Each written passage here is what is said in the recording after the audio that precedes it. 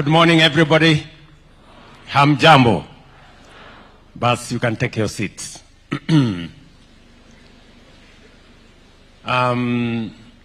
Mr. Deputy President, all the other leaders present here, members of consulting firms, our construction companies, and the people of the moment, interns in the construction industry. Everybody, I want to welcome you this morning to this very important occasion. I am very happy, truly, that we are having this meeting. When I see the men and women here, professionals from the construction industry, professionals who are planners, surveyors, quantity surveyors, engineers, whether they are electrical engineers, they are mechanical engineers, structural engineers, people who work in the ICT space, and the host of professionals that are represented here today. I am very proud that indeed the housing program is maturing, and we have professionals, we have workers, we have companies, we have consulting firms in the equation. And let me begin first by saying that this moment is a very consequential moment, so to speak. Very consequential because our country, Kenya, I remember when we went out for the campaigns, one of the single most asked matter by citizens was the millions of young people who get out of school, get out of college, get out of universities, and there isn't a concrete plan on how and where they are going to work. And it was one of the issues that has always been discussed in this country. And therefore, we set out to have a conversation. And we set out to have a plan. And we put our ideas together. And we rolled it into a manifesto.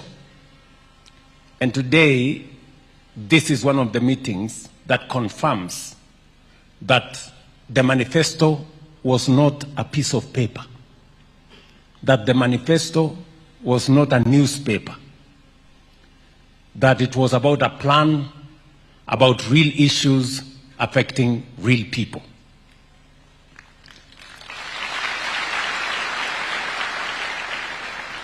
My very able deputy has told you that we had to set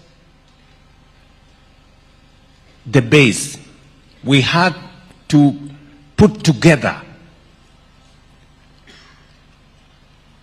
the foundation upon which we were going to run all our other programs. And that foundation was the soundness of our economy. I know the conversation about the economy sometimes looks too lofty and sometimes in very strange figures and language about inflation, about GDP, and all the other things. But let me just put it simply, that we had a very serious challenge as a country in 2022. Of the 5 countries in Africa that everybody believed globally that they were going to default on their foreign financial obligations, Kenya was among them, because we had the largest Eurobond debt of $2 billion. And so everybody expected that Kenya was going to default. And indeed, of the 5 countries that everybody expected to default, 4 defaulted. Kenya did not. Yes. And I say so proudly because it is us, the people of Kenya. It is the government of Kenya. It is the professionals that we have in this country that we sat together, figured out, eliminated what was not necessary, removed unnecessary subsidies in fuel, in unga, in all manner of places, cut down on expenditure. I remember we had to reduce the budget. We went to parliament. We reduced the budget by 300 billion Kenya shillings. And it was tough, you know. But those decisions we made, difficult as they may have been, necessary because they were, made our country escape the shame of defaulting on our foreign obligations. We have since built a farmer foundation. We have made the necessary decisions. Today, I can confidently stand before this gathering and before the people of Kenya that our economy is way different from what it was in 2022. Inflation has come down from 9.6% to 4.5%. Our dollar exchange rate that had gone all the way to 165, today it is 129 and coming down. Just watch this space in the coming months. Our foreign exchange reserves that had come down to almost 2.5 months of import cover, about $7 billion. Today, our foreign exchange reserves has risen to $12.3 billion, the highest in Kenya's history. These are numbers that I am not telling you. These are numbers that are available in any financial metrics. Our economy has grown, and now we have overtaken Ethiopia, we have overtaken Angola. We are now the 6th largest economy in Africa. That is Kenya, by the way, just in case you are wondering which country I'm talking about. Yes, that is Kenya. The one that I hear some politicians say is a failed state. I think the failure is not in Kenya, the failure is in their small minds.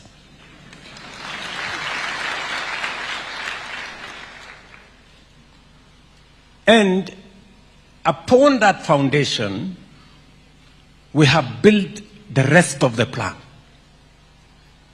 We have built the rest of the plan. And because I am talking to interns, I am talking to people who've just gotten out of college, out of university. We all know that any country that has made any meaningful development, they have done so by building their human capital. Education is significant. And that is why today, as I talk to these interns, we are giving them an opportunity for you to go and experience in live infrastructure projects, not in simulated environments, in life what you have learned, and to sharpen the skills that you have learned, and to actualize some of the things that you learned in classroom. We have also equally rolled out a whole plan on how to make our education relevant to the requirements of today and the future. We have increased the budget by significant amount from $500 billion in 2022. This year, these members of parliament will tell you, we have a budget of $702 billion for our education sector. Why are we doing that? Because education is important. I see some people try to talk about education. And I want to tell them, in 2022, we had huge challenges in the education sector. We had a chronic shortage of teachers. We had a chronic shortage of classrooms. 21 of our universities were technically insolvent because of funding challenges. Most of our TVETs had serious problems because of funding. I stand here today to tell you that we have sorted out all those issues. Number one, we have hired, as of this January, 100,000 teachers in the last 3 years. No other administration in Kenya's history has done so. We have built 23,000 classrooms. And we have provided resources under our new student-centered model that does not give money to a university. It makes sure that every student is assessed as a student, and we give them scholarships on the basis of need and merit. And ask any vice chancellor today, ask any vice chancellor, they will tell you they can now pay salaries, they can pay their suppliers, they can even pay taxes, and the universities are getting out of insolvency. That is important. We have presided over two very important transitions when we set up the competence-based education, which I believe in 100%, because we must reform our education so that it is in tandem with the requirements of the future. And when we designed the competence-based education, it was supposed to make sure that education does not just be about formal learning and passing exams and that kind of thing. It was about transferring skills, creating knowledge, and making sure that we prepare our human capital for what is right and what is necessary for us to move Kenya to the next level. Today, exams have ceased being a life and death sentence. You accumulate part of your final result over time. Exams today only account for 60%. 40%, everything else accounts for it. There was a time exams were managed by the police because it was life and death. We have removed the police from managing exams. Exams is part of learning. It must not be a life and death issue. So, and I'm saying we have presided over 2 transitions from primary school to junior school. And this month, from junior school to secondary school. And I did say yesterday that no child should be denied an opportunity to be in class. Why? Because we have provided the resources for them to be taught. For the first time in our schools, capitation that normally gets to schools a month or 2 after schools open, we made sure that capitation was available in school before our students reported in class. And we provided the highest amount, 44 billion. And therefore, if we have provided money for teaching, and we pay the teachers, and we have the classrooms, there is absolutely no reason why anybody would keep our children out of school.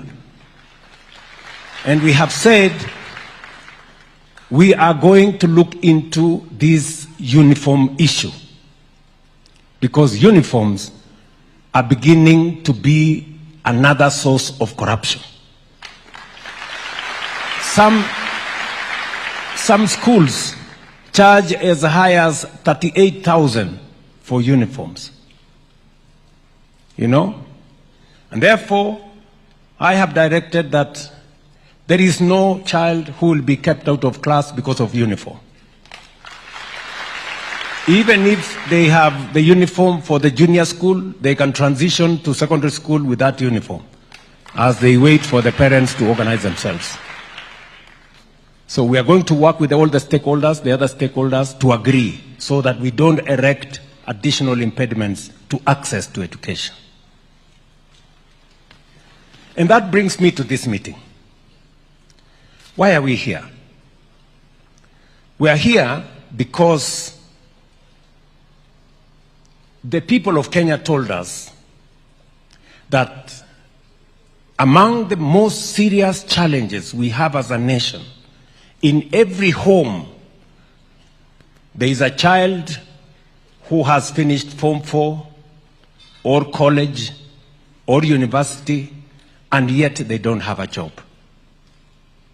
And because we spend 700 billion shillings every year on education, we must equally think on what happens when the pipeline through education gets out. What do they do?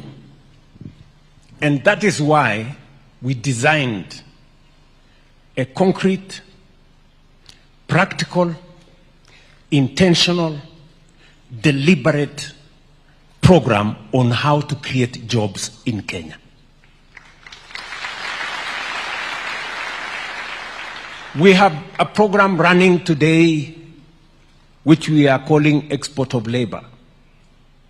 And when I talk about export of labor, I am not talking about brain drain.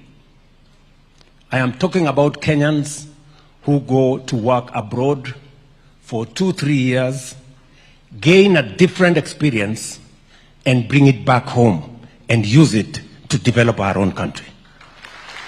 We have 530,000 young people who have gone from Kenya to different parts of the world. Today, they are monetizing their knowledge, their skills, their expertise, their talents, and our remittances in Kenya has gone up by $1 billion, $1 billion. It was 3.8 billion in 2022. Today, it is $5.2 billion every year.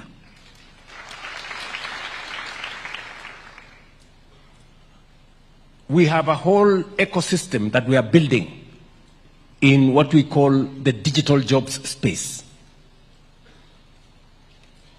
We have spreading our fiber optic across Kenya. We've done 30,000 kilometers. We want to do 100,000 kilometers. We've gotten better engagement with business process outsourcing companies. Teleperformance, for example, the largest BPO in the world, has set up office in Kenya. CCI and other companies in the BPO space are engaging Kenyans, working in foreign companies, but working from Kenya. We have ICT hubs that we are building around the country. We have Jitume centers that are rolled out around the country. In every TVET, we have made sure that there is an ICT hub. And today we have 300,000 Kenyans working in the digital space, earning money in dollars and working from home in foreign companies. Deliberate, intentional. And then we have public infrastructure. And that's why we are here today. Public infrastructure. And let me tell you, creating opportunities for employment using public infrastructure is not a new invention. You know? It is what is tested and tried globally. America, for example, in the 50s, for those of you who follow history, in the 1950s, the interstate highways that were built to get America out of recession created millions of jobs. It was intentional. If you go to Europe, if you go to Germany, for example, to get Germany out of recession, the Autobahn industry was created to deal with roads, bridges, highways, and created millions of jobs. Recently, in Philippines, what they called build, build, build. Again, just recently, 2016 to 2022, Philippines created 6.5 million jobs using investment in public infrastructure. So what we are doing in Kenya is not an invention. It is what is tested, what is tried, and what works. When we rolled out this housing program, it wasn't a new thing. National Housing Corporation was registered in 1960?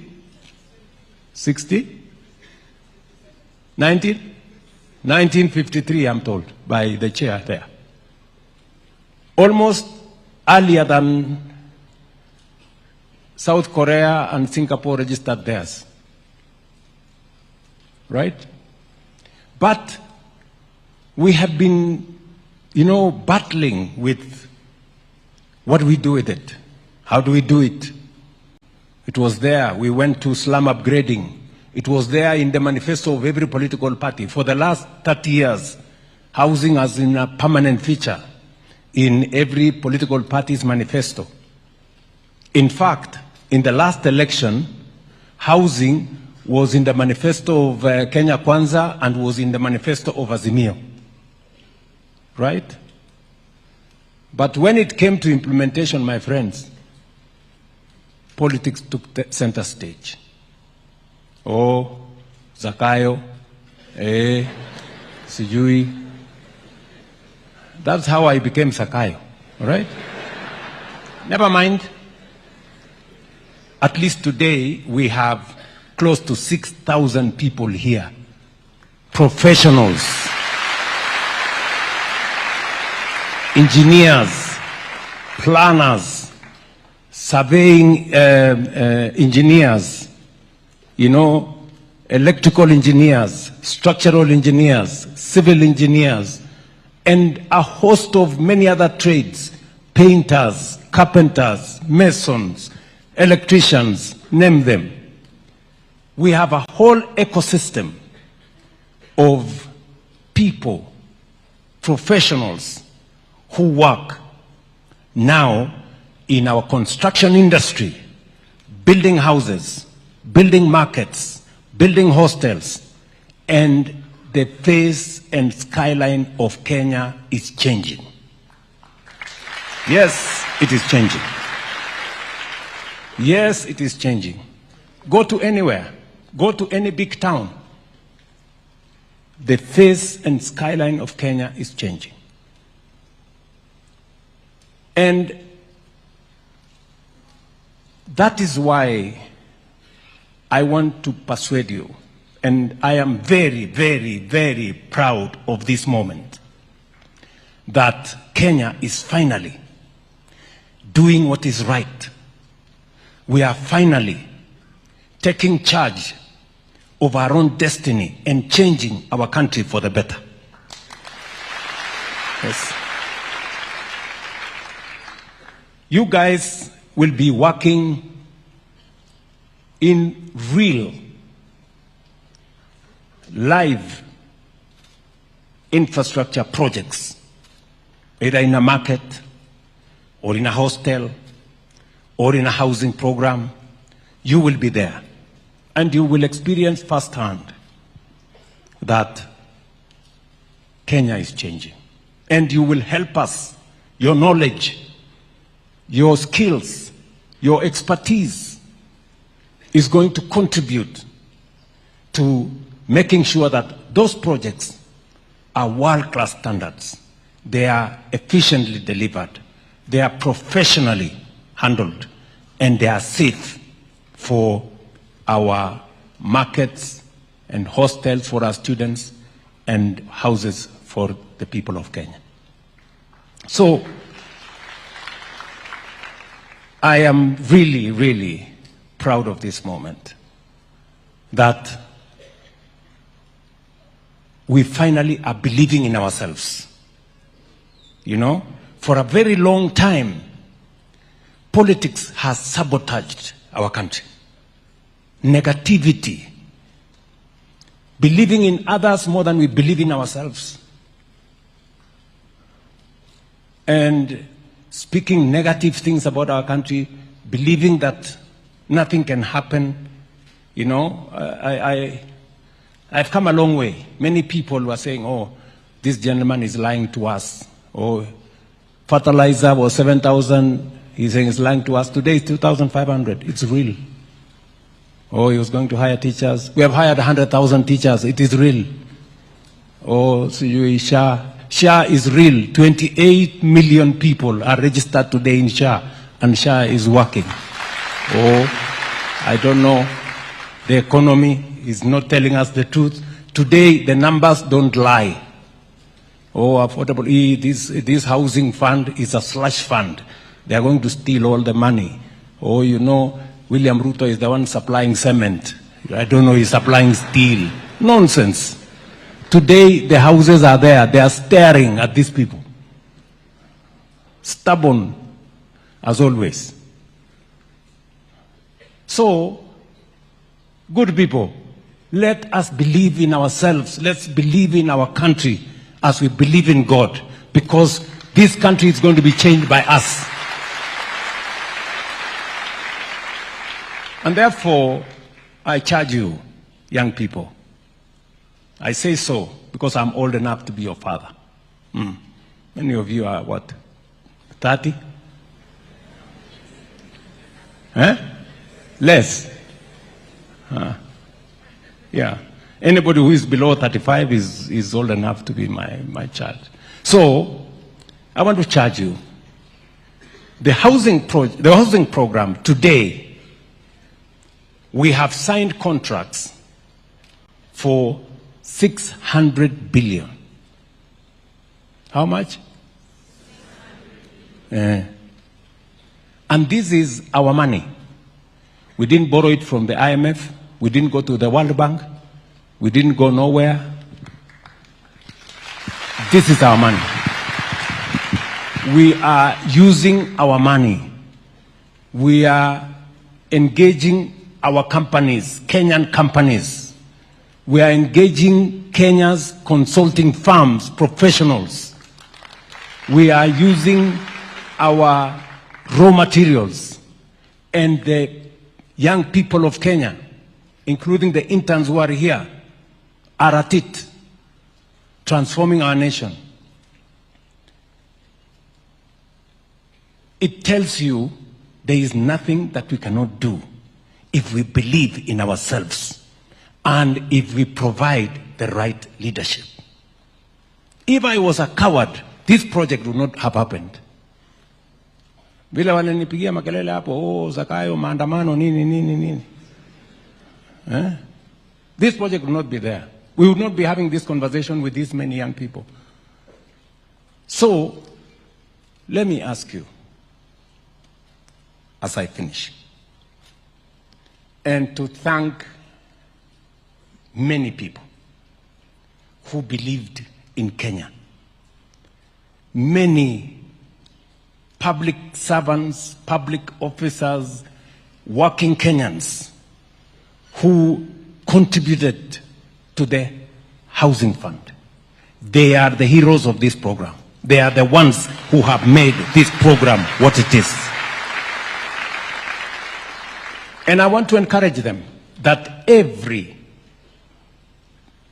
cent that they have contributed to the housing fund, I take full responsibility that it must be put to good use, and it must develop the houses, the markets, the hostels, money that was meant for it.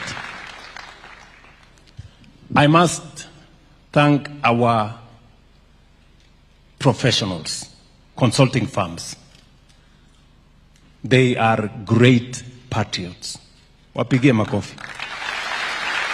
I know I haven't had a moment to say this, but I will say it again. These consulting firms, our architects, our engineers, our surveyors, and all the people who have made housing, markets, hostels possible, they have made a very big contribution. Just imagine, their fees ordinarily would be anywhere between 8% and 12, 13, 14%. Ordinarily, that's what their fees is supposed to be. I called these people. Jennifer was there, right? We sat in a room there called number 6. And I told them, listen, you know, this is our country. Let's believe in ourselves. You people, you do one house here, one house there, one block of flat there. We want to give you scale. Let us negotiate the fees. Do you know how much we pay them today? Instead of 14% or 10%, we only pay them 2%. And they have done a wonderful job. Wapigie makofi. They've done a wonderful job. When I write my book, finally, about this housing, these consulting firms will have 2 chapters. They have made a huge contribution. I recognize that. I really do. I recognize that. That you believed in this country, and you said, we also want to make a contribution as professionals. And today, as I roll out this program of interns, we are going to pay a small stipend to these interns. Yeah? And I want to say, as we pay a small stipend to these interns to be to help, for them to learn and help us supervise the sites, they will be working under the consulting firms. They will be literally part of your labor force. So we have consulted. I did ask the ministry to give me some numbers. And we have agreed that for the sacrifice you have shown as consulting firms, we are going to increase what we are paying you from 2% to 3%.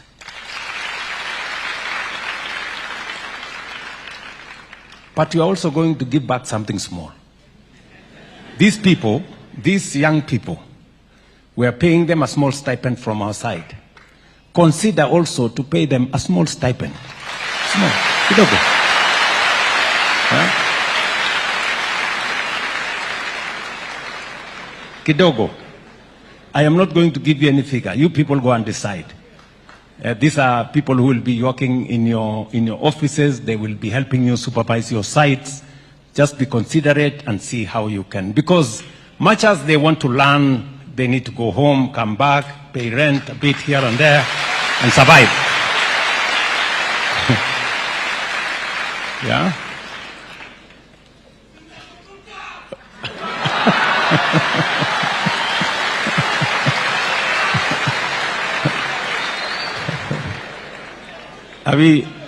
Are we together?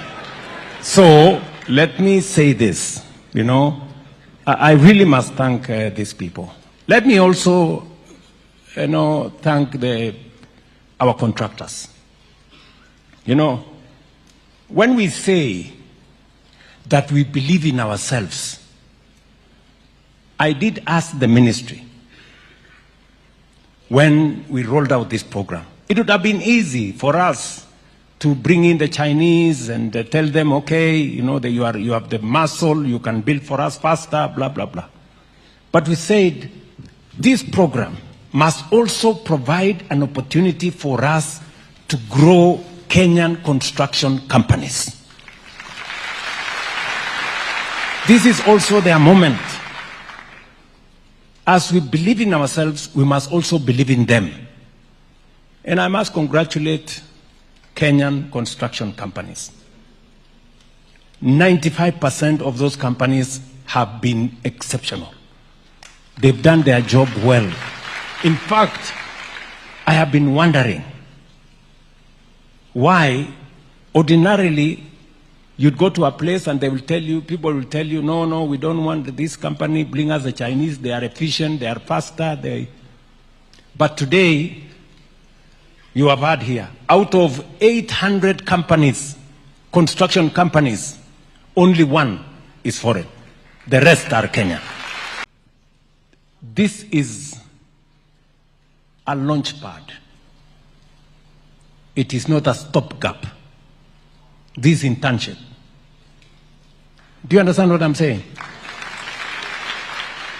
It depends on what you do with this moment. It depends on what you do with this moment. This moment, the opportunity you have to be an intern will make you either the next professional, to work in the next consulting firm, to start your own. The future is yours to decide what you do with this moment. All right? I was told the dream is free, the hustle is not. Mwende mujipu. Lazima ujitume. Yeah? Sindio?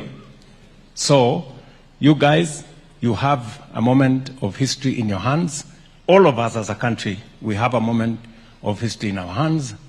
And we are not just talking about this construction space around housing markets. You've heard me. I have said recently in the State of the Nation address towards the end of last year that we are now scaling up. Kenya, for the next 20, 25 years, maybe 30 years, is going to be literally a construction site. The whole country. Right from State House here, you can see it is a construction site. Yes. And to every part of Kenya. We are rolling out. Beginning this year, already we have 6,000 kilometers of road going on now, which we are finalizing.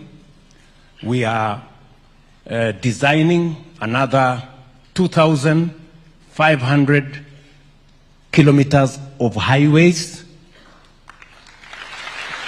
Rironi, Mau Summit is just the beginning.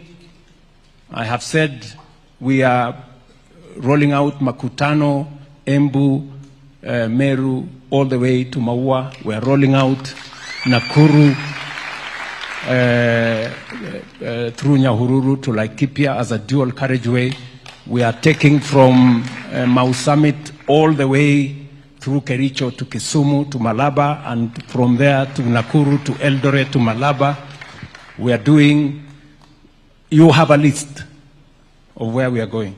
And we are doing another 28,000 kilometers of tarmac. Listen, it looks a bit crazy.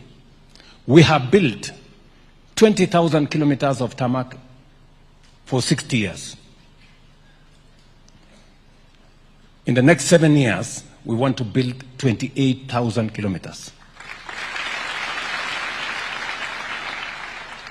Sawa? And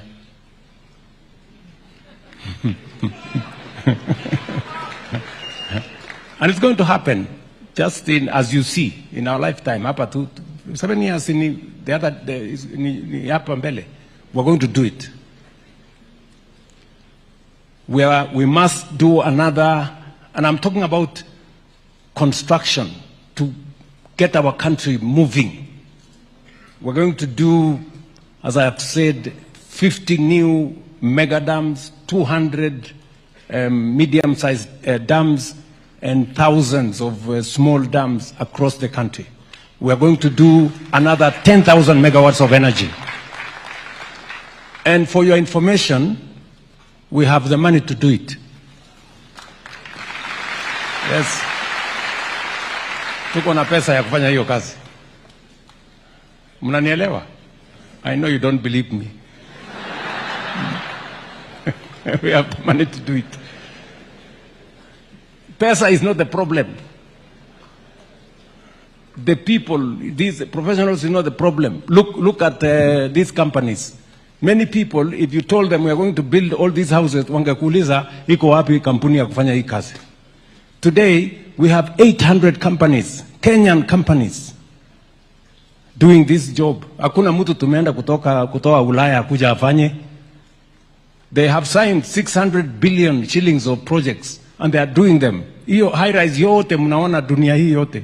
If you go to Kisumu, go to Migori, go to Kakamega, go to Bungoma, come to Eldoret, come to Nakuru, Thika, wherever, all those houses are built by Kenyan companies. We have what it takes to transform our country. And we have started the process of raising the money to do it. I said 5 trillion. Yes, we have the means to raise 5 trillion.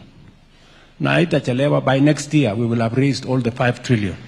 Na Kenya itasonga mbele. Sawa. This is not about politics. This is not about the next election. This is about transforming Kenya. Sawa. You know, and I want to ask some politicians. The other day, we all agreed that divesting, privatization, is a prudent way of raising resources. When we went to the market, today we are in the market on the Kenya Pipeline IPO. It's going to democratize the ownership of a public asset like Kenya Pipeline.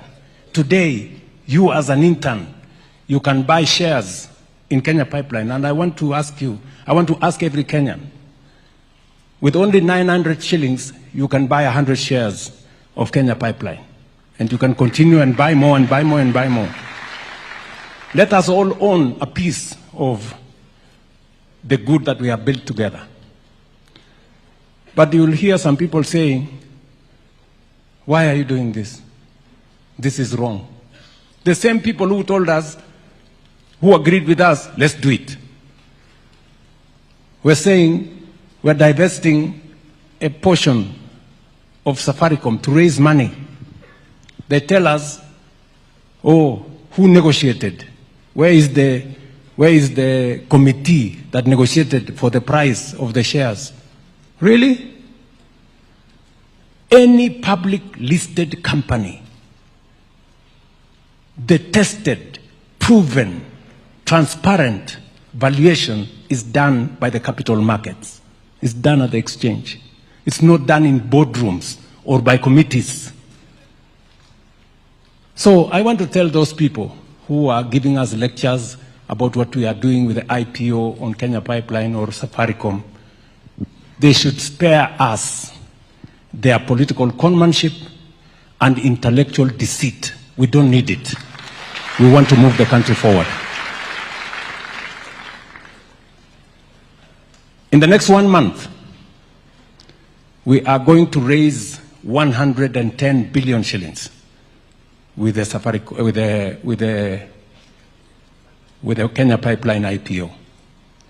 We're going to raise another 240 billion, maybe, or thereabout, with the divestiture from Safaricom. That is 350 billion Kenya shillings. With 350 billion, we are going to leverage, and we will have between 3.5 and 4 trillion shillings to be able to run all our projects. Akili.